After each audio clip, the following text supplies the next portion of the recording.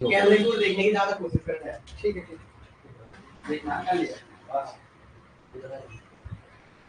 आगे आगे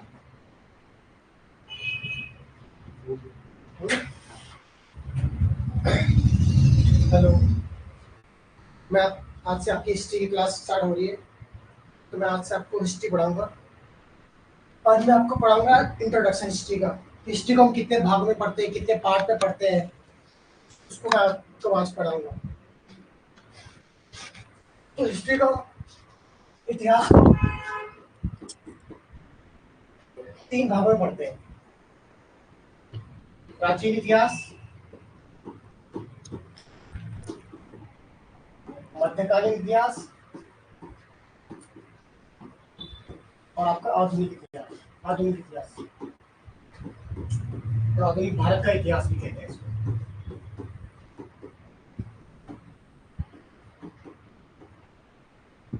और प्राचीन इतिहास में आता है आपके, प्राचीन इतिहास के पार्ट है। प्राचीन इतिहास में आपका आता है, प्राचीन इतिहास में आपका आता है प्राग ऐतिहासिक काल, प्राग ऐतिहासिक काल,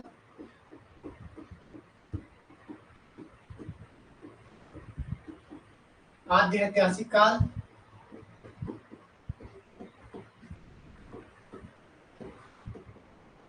आद्य ऐतिहासिक काल और ऐतिहासिक काल।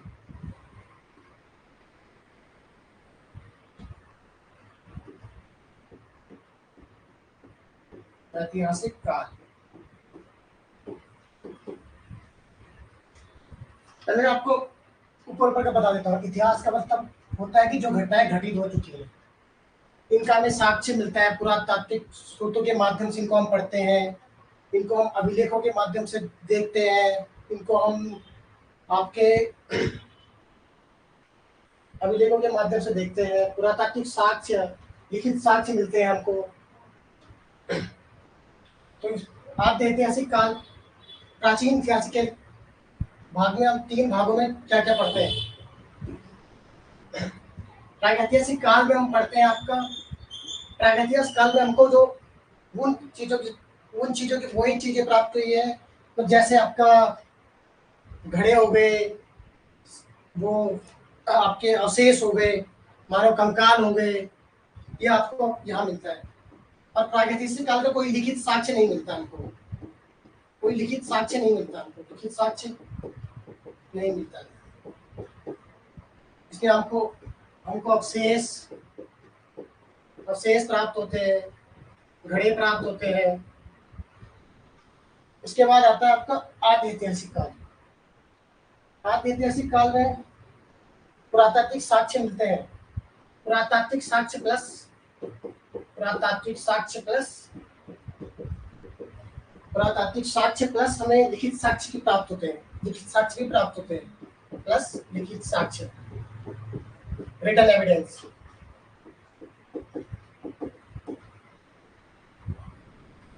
इतिहास की एक परिभाषा ये भी है कि इतिहास का अर्थ होता है कि ऐसा हुआ था मतलब बीत चुका है समय, वो उसके बारे में पढ़ते हैं। उसके बाद आता है आपका ऐतिहासिक काल। ऐतिहासिक काल, इसमें एक और चीज ऐड करनी है। इसमें यह है कि जो लिखित साक्ष्य मिले ना, इनको पढ़ा नहीं जा सका, अभी तक किसी ने पढ़ा नहीं जा सका। इनको पढ़ा नहीं जा सका मतलब इनके माध्यम से हम इतिहास को लिख नहीं सकते, इतिहास का वर्णन नहीं कर सकते, क्योंकि जब तक हमें ये समझ नहीं आएगा कि कौन सी शैली में, कौन सी लिपि में लिखे हुए हैं, तो ये हमें समझ नहीं आता यार, पढ़ा नहीं गया। इसके बाद आता है ऐतिहासिक काल। ऐतिहासिक काल वह काल है जिसमें हमें पुरातात्विक साक्ष्य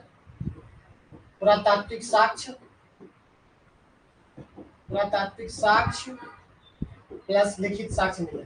और ये लिखित साक्ष्य भी कैसे मिले हमको? लिखित साक्ष्य भी वो मिले हैं जिन्हें पढ़ा जा सकता है, जिनके माध्यम से इतिहास लेखन में, जिनके कारण इतिहास लेखन में मदद मिलती है, वो साक्ष्य मिले। उसके बाद आता है मध्यकालीन भारत। मध्यकालीन भारत ये वो वाला भारत है जिसमें हम पढ़ते हैं सल्तनत काल हो गया आपका, मुगल साम्राज्य हो गया आपका, इनके बीच का गैप जो है वो ये है कि यहाँ से हम आगे बढ़ रहे हैं, हम आधुनिक मानव की तरफ आ रहे हैं। आप ये समझ सकते हो कि पहले प्राचीन मानव कैसा था, फिर मध्यकालीन मानव कैसा हुआ, फिर आधुनिक समय में मानव कैसा है,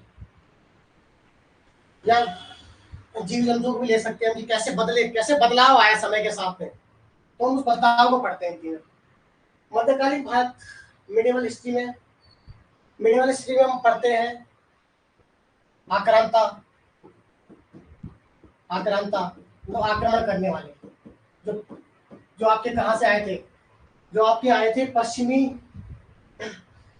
पश्चिमी और मध्य एशिया की साइड से आए थे, जो आपके पश्चिमी और मध्य एशिया के साइड से आने वाले व्यक्ति आने वाले थे, आक्रांता थे, पश्चिमी एवं मध्य एशिया।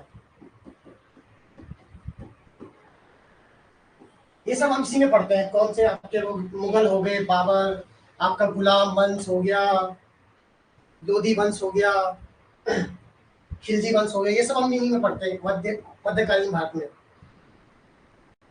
उसके बाद हम पढ़ते हैं आधुनिक भारत का इतिहास। आधुनिक भारत का इतिहास दो उसमें पढ़ा जाता है पार्ट में से, लेकिन हम सोचते हैं कि ये यहाँ पे ही खत्म हो जाता है। आधुनिक भारत हम सोचते हैं पूर्व मध्यकाल, इसका ये है पूर्व मध्यकाल और एक होता है मध्यकाल। पूर्व मध्यकाल और मध्यकाल के बीच में पढ़ते हैं इसको।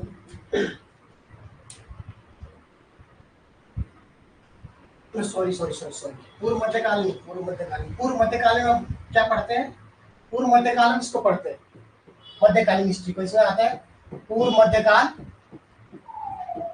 दो भाग होते हैं इसके लिए, और मध्यकाल।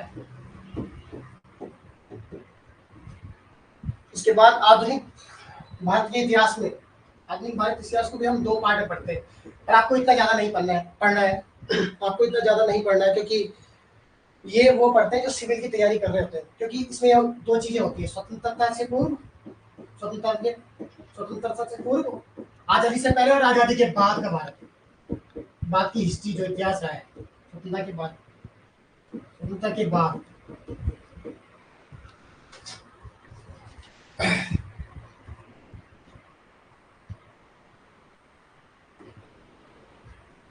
आपको पढ़ना है हल्का फुल्का, ऊपर का पढ़ना है आपको, तो मैं आपको ऊपर का ही पढ़ाऊंगा,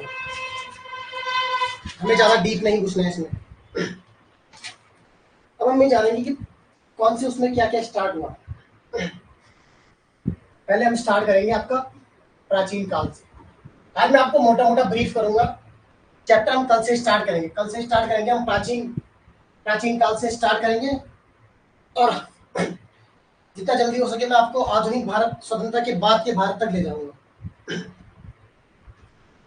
तो आज मैं आपको सिर्फ ब्रीफिंग बता रहा हूँ कि प्राचीन भारत में क्या क्या है, कौन कौन से चैप्टर हमको पढ़ने हैं, कौन कौन से चैप्टर इंपॉर्टेंट है हमारे एग्जाम के पॉइंट ऑफ व्यू से। तो हम पढ़ेंगे प्राचीन भारत, प्राचीन इतिहास। प्राचीन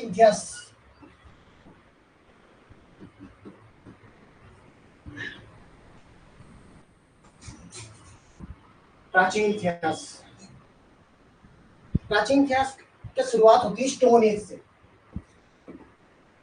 स्टोन एज मतलब पाषाण काल।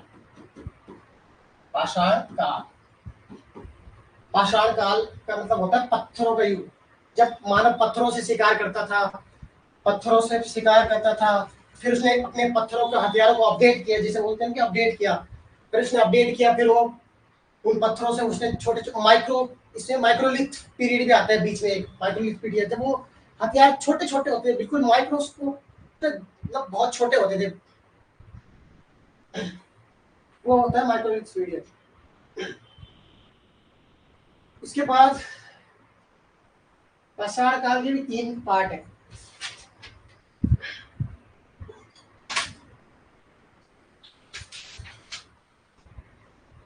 पाषाण काल, इसका समय बताया जाता है लगभग आपके 3 लाख से लेकर 3 लाख से और 10,000 तक, 3 लाख से 10,000 तक। इसमें आता है आपका बीसी। अब बीसी का मतलब क्या होता है, बीसी का मतलब समझाता हूँ आपको। बीसी क्योंकि अब बीसी और एडी भी होता है। बीसी का मतलब होता है बिफोर क्राइसिस, इसे बीसीई भी लिखते हैं, before crisis era, Isa Masih के जन्म से पूर्व। तो हम उसको सकते हैं ईसा पूर्व। इसका पीरियड कैसे चलता है? इसका पीरियड इस क्रम में चलता है। मान लो ये एक समय रेखा है, यहाँ पे 0 है, ठीक है। तो यहाँ हम 3 लाख से आए, 3 लाख से हमने स्टार्ट किया, फिर यहाँ 2 लाख हुआ, फिर यहाँ 1 लाख हुआ, फिर यहाँ 10,000 हुआ, फिर आते हैं हम 1 तक, फिर 0 पे आते हैं, फिर यहाँ से स्टार्ट होता है 1 2 3 4, और अब जो आपका भी चल रहा है 2024 यहाँ तक। तो इसको ऐसे पढ़ते हैं।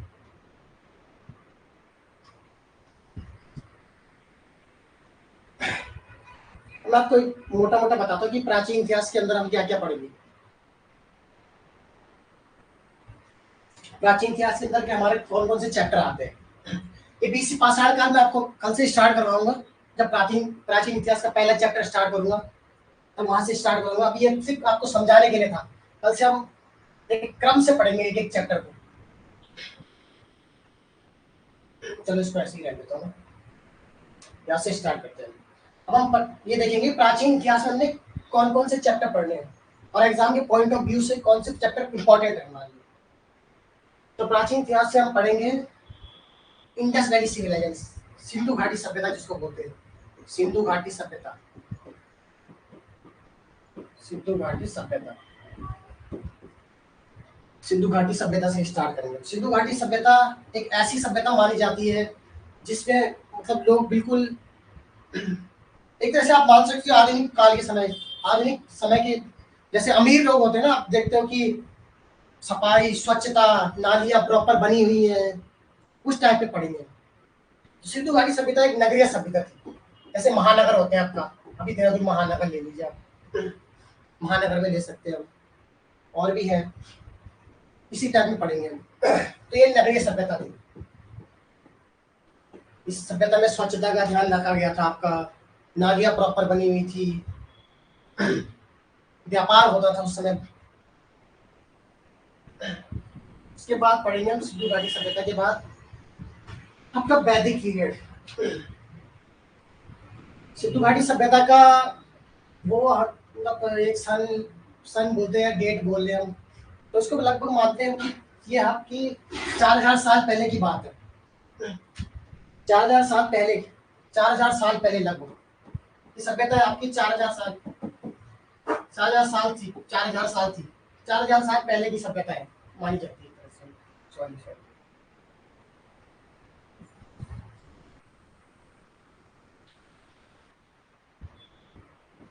4000 साल, 4000 साल पुरानी सभ्यता मानी जाता है इसको। इसके बाद हम आते हैं सिंधु घाटी सभ्यता पे। अभी ये मत सोचना कि मैं ऊपर समझा, मैं आपको सिर्फ ब्रीफ कर रहा हूँ कि इसके अंदर क्या क्या है। हमें किसी भी चीज के अंदर घुसने से पहले उसको ये देखना होता है कि उसमें क्या चीजें हैं। हम सुबह सुबह मान लो किसी किताब को खोलते हैं तो पहले उसका इंडेक्स खोलते हैं। तो मैं आपको आज इंडेक्स बता रहा हूँ कि उसमें कौन कौन से चैप्टर है, हमें किस तरह से पढ़ना है, ये तरीका बता रहा हूँ। इसके बाद हम पढ़ते हैं वैदिक सभ्यता। वैदिक सभ्यता, इसके बाद हम पढ़ते हैं वैदिक सभ्यता, वैदिक पीरियड बोलते हैं इसको, वैदिक पीरियड। वैदिक पीरियड देखो इसमें क्या होता है। पहले हम कहाँ से स्टार्ट किया था हमने, नवपाषाण काल में थे हम। पहले मानव एक जगह स्थिर नहीं रहता था नवपाषाण काल में। पत्थरों से शिकार करना, कच्चा भोजन खाना, उसे पका के भोजन करना नहीं आता था, आग का आविष्कार नहीं हुआ था। तो पाषाण काल से, सॉरी पाषाण काल नहीं, पाषाण काल हुआ, पाषाण काल। पाषाण काल में भी तीनों होते हैं आपके। इसमें होता आपका, चलो इसको कल ही पढ़ेंगे, स्टार्ट पहले पाषाण काल। पाषाण काल मतलब मनुष्य बिल्कुल जीर्ण अवस्था में रहता है। जीर्ण अवस्था में मतलब ऐसा कि उसको नॉलेज नहीं थी कुछ चीजें कि भोजन कैसे करते हैं, उसको तरीका नहीं पता था, शिकार कैसे करते हैं उस चीज का तरीका पता नहीं था उसको पाषाण काल में। उसके बाद ये क्रम देखो आप कैसे बढ़ रहा है। उसके बाद आया वो सिंधु घाटी सभ्यता के समय। सिंधु घाटी सभ्यता कैसी सभ्यता होगी? नगरीय सभ्यता। नगरीय सभ्यता मतलब नगरीय सभ्यता मतलब ये मान सकते हो आपकी आदमी एक तरह से अमीर हो गया, पहले उसको पता नहीं है, जीर्ण अवस्था में रह रहा है वो पाषाण काल में। उसके बाद तो सिंधु घाटी सभ्यता में उसको नॉलेज, वो नगरीय सभ्यता में बदल गया, ठीक है। और फिर इसके बाद क्या आता है, जैसे ही वैदिक पीरियड आता है आपका, वैदिक पीरियड में फिर मनुष्य सिंधु घाटी सभ्यता से पहले ग्रामीण सभ्यता की एक तरह से तरीका मान सकते हैं कि ग्रामीण सभ्यता थी सिंधु घाटी सभ्यता से पहले। उसके बाद सिंधु घाटी सभ्यता आई, वो नगरीय सभ्यता थी। उसके बाद फिर आती है आपकी वैदिक सभ्यता। वैदिक सभ्यता, वैदिक पीरियड, सॉरी वैदिक पीरियड, वैदिक सभ्यता नहीं, वैदिक पीरियड, ठीक है। वैदिक पीरियड, वैदिक पीरियड में क्या हुआ, पहले मनुष्य गांव में रहता था, फिर उसने शहरी आवास की तरफ बनाया, नगरीय व्यवस्था अपनाई, फिर से वो वैदिक पीरियड में क्या होता है, फिर से वो ग्रामीण अवस्था में आता है। क्रम देख रहे हो आप, ये ऊपर जा रहा है फिर नीचे आ रहा है, ऐसा हो रहा है। पहले ये यहाँ था पाषाण काल में, इसको कुछ पता नहीं था, फिर ये गया नगरीय सभ्यता में, सिंधु घाटी सभ्यता बनी, ठीक है। उसके बाद फिर नीचे आया, फिर ये वैदिक पीरियड में, वैदिक पीरियड में आया, वैदिक पीरियड में फिर ये बन गया ग्रामीण सभ्यता, इस क्रम में बढ़ा। उसके बाद हम पढ़ेंगे महाजनपद काल। महाजनपद काल, महाजनपद में हम वो पढ़ेंगे आपका, आपके हो गए अवंती और मगध, ये सब आपके महाजनपद में आते हैं। अब क्या हो रहा है, कैसे बदल रहा है इंसान, अपने विकास कैसे किस क्रम में कर रहा है। पहले उसे शिकार करना नहीं आता था, फिर उसने शिकार करना सीखा, फिर उसको तरीका पता चला खाना कैसे खाना है, हमें पका के भी खाया जा सकता है खाना, भोजन, फिर वो तरीका सीख रहा है कि भोजन पका के भी खाया जाता है। उसके बाद नगरीय सभ्यता, सिंधु घाटी सभ्यता में विकास हुआ, फिर वो वैदिक सभ्यता में गया। उसके बाद फिर वो आता है आपके वैदिक सभ्यता के बाद, वैदिक पीरियड के बाद आता है वो महाजनपद काल में। महाजनपद काल कौन सा काल है, क्या आपको तीसरा महाजनपद काल, महाजनपद काल, महाजनपद काल। अच्छा, इसमें एक चीज रहेगी थी वैदिक सभ्यता में, वैदिक सभ्यता दो प्रकार की, इसके भी दो भाग है, एक ऋतुवैदिक काल, ऋतुवैदिक, ऋतुवैदिक काल, और एक आपका उत्तर वैदिक काल, उत्तर वैदिक, उत्तर वैदिक काल, उत्तर वैदिक काल, ठीक है। बाकी हम कल पढ़ेंगे मोटा मोटा, अभी फिर मैं आपको सिर्फ मोटा मोटा समझा रहा हूँ इसके अंदर क्या क्या पढ़ना है, मैं कैसे पढ़ना है, तरीका, तरीका यही है कि या तो मैं आपको, आपका एग्जाम नजदीक होगा तो मैं आपको पीवाईक्यू करा दूं, या फिर मैं आपको एक एक करके चैप्टर पढ़ाऊं और आपके एग्जाम ओरिएंटेड पढ़ाऊं, जितना आपके एग्जाम में आएगा उतना सही पढ़ाऊं, बस ज्यादा डीप ना घुसूं। तो हम वही करेंगे, हम आपके एग्जाम के लिए पढ़ेंगे और ज्यादा डीप नहीं घुसेंगे, हम बाहर से ही पढ़ेंगे चैप्टर को और समझने की कोशिश करेंगे। कल से मैं पहला आपका चैप्टर स्टार्ट करूंगा नवपाषाण काल से, फिर आपको आधुनिक भारत तक लेके जाऊंगा। उसके बाद आपका आता है महाजनपद काल के बाद आपका आता है मगध साम्राज्य, मगध साम्राज्य, मगध साम्राज्य, मगध साम्राज्य के बाद आता है आपका मगध साम्राज्य। मगध साम्राज्य वही वाला, चाणक्य, चाणक्य की बेइज्जती कर दी थी कौटिल्य की, फिर उसने एक गरीब बच्चे चंद्रगुप्त को राजा बना दिया और मगध साम्राज्य को मिटा दिया, मिटा दिया या खत्म कर दिया बोल सकते हैं, मिटा दिया थोड़ा वैसा शब्द होगा। उसके बाद आता है आपका धार्मिक आंदोलन, उसके बाद आता है आपका धार्मिक आंदोलन, धार्मिक आंदोलन, धार्मिक आंदोलन में आपके दो, फिर इसके बाद आपका दो नए धर्मों का जन्म होता है, आपका बौद्ध धर्म, बौद्ध धर्म प्लस जैन धर्म। और बौद्ध जैन धर्म से बहुत क्वेश्चन पूछे जाते हैं, या तो आपके बौद्ध जैन धर्म से क्वेश्चन पूछे जाते हैं, या आपका मौर्योत्तर काल या मौर्य काल से क्वेश्चन पूछे जाते हैं, या पूछे जाते हैं आपके गुप्त काल से, या गुप्तोत्तर काल से। गुप्तों का प्रकाश प्रशासन कैसा था, मौर्यों का प्रशासन कैसा था, कौन कौन से कर लिए जाते थे उस टाइम पे, कर व्यवस्था, भू राजस्व व्यवस्था, ये सब पढ़ेंगे। तो उसके बाद जन्म होता है दो धर्म का। क्योंकि यहाँ क्या हो रहा था, इस समय क्या हो रहा था जब बौद्धिक सभ्यता स्टार्ट हो गई, ये यहाँ चलती थी वर्ण व्यवस्था। और ये वर्ण एक तरह से माना जाता है कि वर्ण व्यवस्था जो स्टार्ट हुई थी, इसी की वजह से दो नए धर्मों का जन्म हुआ, बौद्ध धर्म और जैन धर्म का। क्योंकि लोग बहुत इस ब्राह्मणवादी विचारधारा से परेशान हो गए थे कि ब्राह्मण सर्वोच्च होता है, वो ईश्वर का प्रतिनिधि होता है, मतलब एक तरह से बोलते थे ईश्वर का प्रतिनिधि है ब्राह्मण, उसको सर्वोच्च माना जाता था। चार वर्ण थे हमारे, ब्राह्मण क्षत्रिय वैश्य शूद्र। ब्राह्मण क्षत्रिय, ये वर्ण व्यवस्था थी हमारी, ब्राह्मण क्षत्रिय वैश्य और शूद्र। ठीक है। तो ब्राह्मणवादी विचारधारा आ गई थी। ब्राह्मणवादी विचारधारा के कारण वैश्य को, पहले क्या होता था, पहले कोई वर्ण व्यवस्था नहीं होती थी। इससे पहले टाइम में कोई वर्ण व्यवस्था नहीं होती, सिंधु घाटी सभ्यता के टाइम पे आप देखेंगे कोई वर्ण व्यवस्था नहीं है उधर।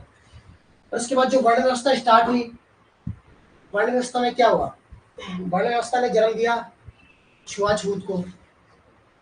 हम आर्टिकल 17 पढ़ते हैं, अस्पृश्यता का अंत, अनटचेबिलिटी, छुआछूत का अंत।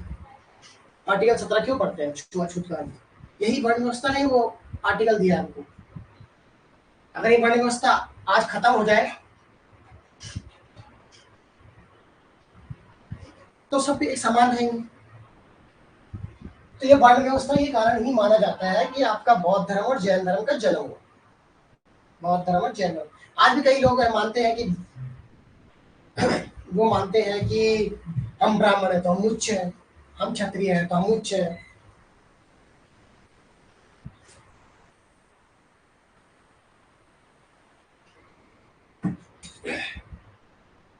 चलो ये तो फिर धार्मिक बातें हो जाएंगी। देन पता चला आंदोलन हो गया।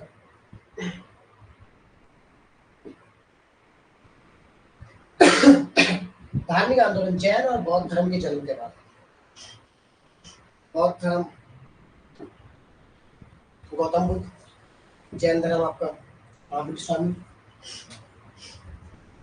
उसके बाद स्टार्ट होता है आपका मौर्य साम्राज्य। मौर्य साम्राज्य, उसके बाद आता है आपका मौर्य साम्राज्य। इसके बाद आता है आपका धार्मिक आंदोलन के बाद आता है मौर्य साम्राज्य। मौर्य साम्राज्य ये वही साम्राज्य है जिसमें चंद्रगुप्त, बिंदुसार और आपका अशोक,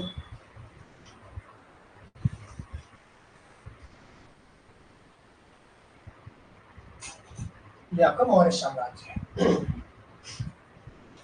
उसके बाद आता है मौर्योत्तर काल। मौर्योत्तर काल वो समय है जब, मौर्योत्तर काल ये वो समय है जब मौर्यों का पतन हो रहा है। मौर्यों का पतन, मौर्योत्तर काल का मतलब मौर्यों का पतन, और नए नए छोटे छोटे राजवंशों का उदय हो रहा है। छोटे छोटे राजवंश यहाँ से उदय होते हैं, क्योंकि बहुत बड़ा मगध साम्राज्य टूट के छोटे छोटे टुकड़ों में बंटता है, ऐसे ऐसे। तो नए नए धर्म, नए नए उसका राज्यों का जन्म होता है, इससे होता है नए नए राज्यों का जन्म। ठीक है। मौर्योत्तर काल के बाद आता है आपका गुप्त काल। मौर्योत्तर काल के बाद आता है आपका गुप्त काल।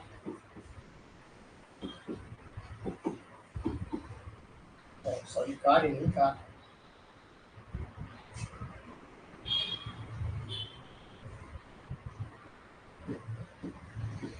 गुप्त काल, इसके बाद आता है आपका गुप्त काल। तो गुप्त काल में हम क्या देखते हैं, फिर गुप्त काल के बाद आता है आपका गुप्तोत्तर काल। गुप्तोत्तर काल वही है जैसे मौर्योत्तर काल में हो रहा था, पतन हो रहा है, नए राजवंशों का उदय हो रहा है।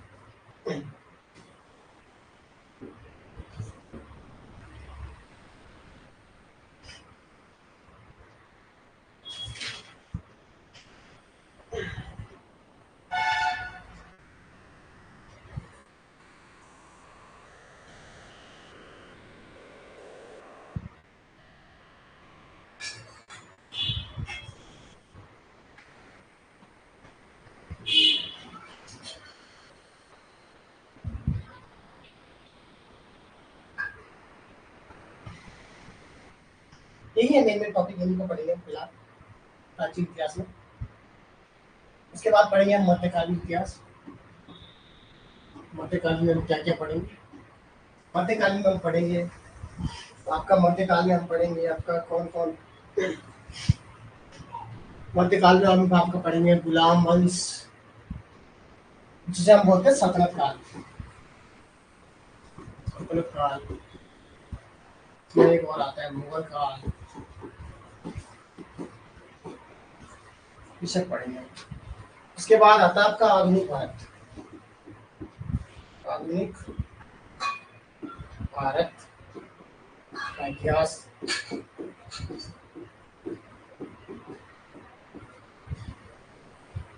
इसमें सबसे ज्यादा इम्पोर्टेंट माना जाता है आपका, इसमें सबसे ज्यादा इम्पोर्टेंट चीज है आपकी वो है गांधी नहरा, क्योंकि गांधी नहरा से बहुत सारे सवाल पूछा जाते हैं।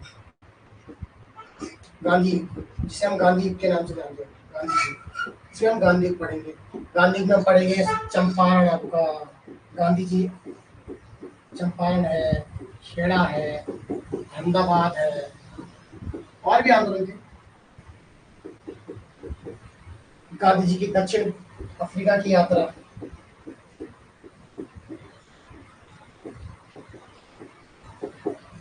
रंगभेद नीति, इसको खत्म किया था। स्थापना देखते हैं उसमें उस समय नटाल कांग्रेस, बहुत सारी चीजों, बहुत सारी स्थापनाएं की जाती हैं उस समय से।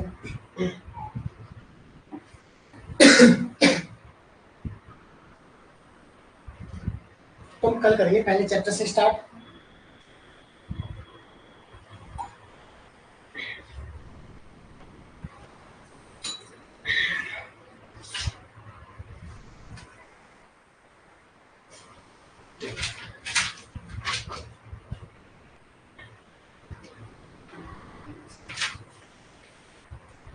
इसमें एक और चीजें आती हैं, जैसे दक्षिण भारत के वंश थे, दक्षिण भारत के वंश थे, दक्षिण भारत के वंश, इनमें क्या आता है, इनमें ये पूछा जाता है कि स्थापना किसने की?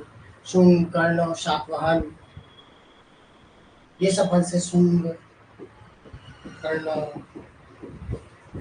सातवाहन, दक्षिण भारत में आते हैं। संगम वंश हो गया आपका, ये सब। तो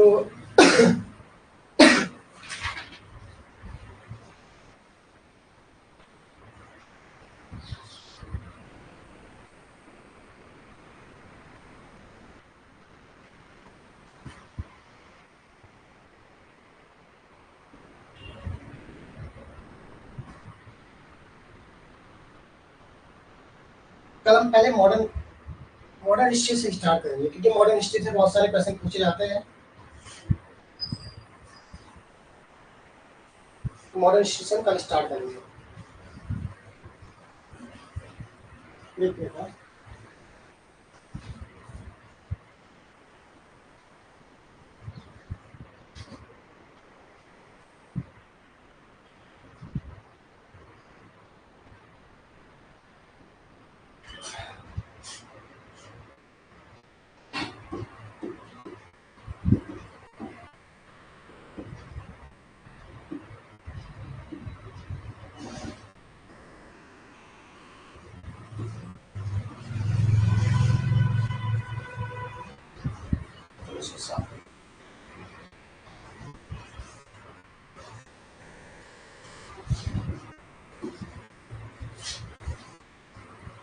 इतिहास के स्रोत। कल से हम स्टार्ट करेंगे आपका प्राचीन भारत से। आज के फिलहाल इतना ही।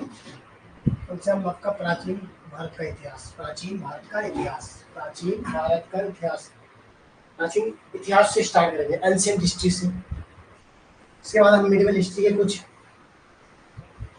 मीडियल हिस्ट्री पे जाएंगे। उसके बाद हम जाएंगे मॉडर्न हिस्ट्री पे। तो हम एक एक करके आगे बढ़ेंगे, स्टेप बाय स्टेप आगे बढ़ेंगे। जैसे हम मकान बनाते हैं तो सीढ़ी, पहले उसकी नींव रखते हैं, फिर हम उस पर दीवार बनाते हैं, फिर छत बनाते हैं, उसके बाद हम आगे बढ़ते हैं। तो इसी तरह हम आगे बढ़ेंगे धीरे धीरे। आज के लिए फिलहाल इतना ही।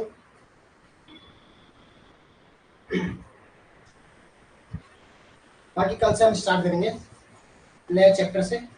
और नए तरीके से। चलो फिर आज के लिए इतना ही काफी है। कल से स्टार्ट करेंगे नया चैप्टर। कल से हम नया चैप्टर स्टार्ट करते हैं, ठीक है छोटू?